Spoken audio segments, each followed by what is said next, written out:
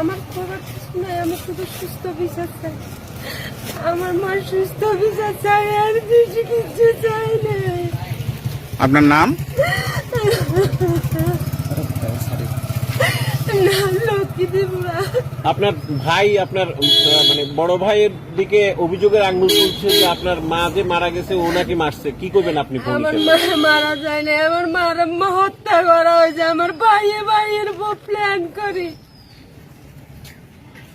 আপনার মা কার সাথে থাকতো ওখানে? আমার মা ওর সাথে থাকতো। আমার মার কোনো ছেলে দেখতো না। আমার মা নিজের রক্ত কামাই খাইতো। তারপর মার মারধর অনেক কিছু করতো, অনেক জ্বালাতন করতো। মা ডেলি ফোন করে করতো, মা হ্যাঁ তোমার বড় ভাইয়ে কয় জায়গা তুমি ঘর দুয়ার সবকিছু হ্যাঁ নামে লিখি দিবার লাইয়া আমার মারিয়ে লাগবে। ডেলি মদ খেলে মারা ধমকি দিত। হ্যাঁ মানে আপনার বড় ভাই? হ্যাঁ আমার বড় ভাই। তো ঘটনা কি হয়েছে এমনি আপনার মার সাথে? মার সাথে তো গিয়েছে, আমি তো আসিলাম না, কিন্তু আমি একটু জানি আমার মা এই শিক্ষায় জীবনের মধ্যে না আমার মারে খাওয়ানি হয়েছে এই শিক্ষা। কারণ হ্যাঁ রাগো আমার মা অনেক সহ্য করছে।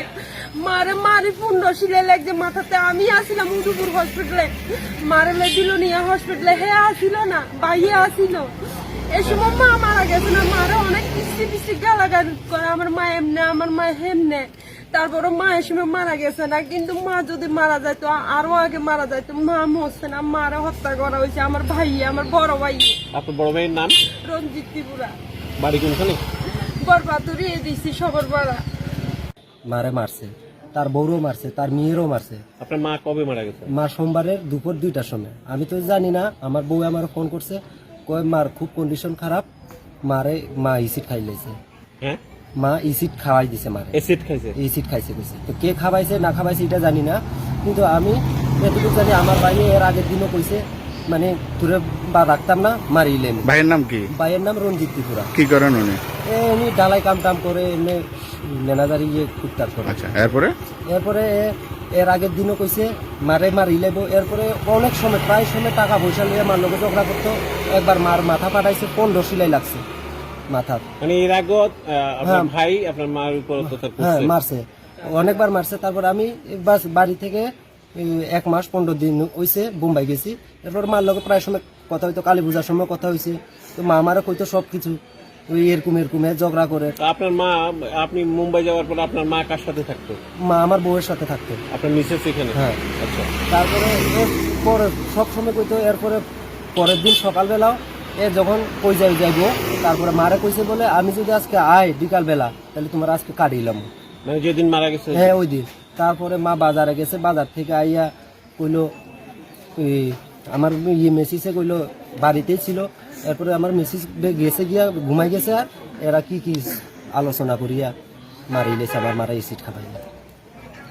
তারপরে এসিড খাওয়ানোর পরে কি হাসপাতালে আনছিল? হ্যাঁ হসপিটালে আনছে, সোনাপুরে যে সময় হসপিটালে আছে। এরপর আমার কাছে ফোন গেছে, আমি তখন বোম্বাইতে আসছিলাম। আমি এত দূর থেকে তো আর কিছু করতে পারবো না। এরপরে ওইখান থেকে আমার বোন জামাইরা আমি ফোন করছি, বলছি আমার মা তো এই অবস্থায় আছে, একটু তাড়াতাড়ি যান। তারা বিলোনিয়া হসপিটালে আইছে।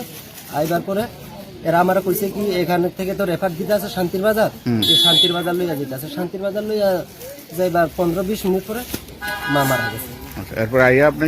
আমি আইছি 6 তারিখ রাত্রে।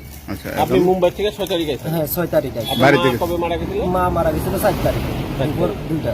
আচ্ছা, এরপর আইয়া বাড়িতে কি অবস্থা দেখছেন? বাড়িতে তো আর কিছুই নাই। আচ্ছা, আমি তো আমার নিজের মারছে, এরাও দেখছি না। এ তো এখনো 4 তারিখের কথা বলি, তো 4 তারিখ বলি 7 তারিখ কালকে আমি বাড়ির থেকে যখন বাইর হইছি, মদ মাংস দিয়া পার্টি করে বন্ধু বান্ধব লইয়া। রঞ্জিতে আমার ভাইয়ের নিরামিষ বাংতা আছে, মা মরবার 5 দিন হইছে না। আচ্ছা, এখন আপনি কি চাইতেছেন? আমি এখন এটা চাই এর শাস্তি চাই। মানে আপনার ভাইয়ের শাস্তি চাই? হ্যাঁ এর কড়া পক্ষে শাস্তি চাই পুরা একদম।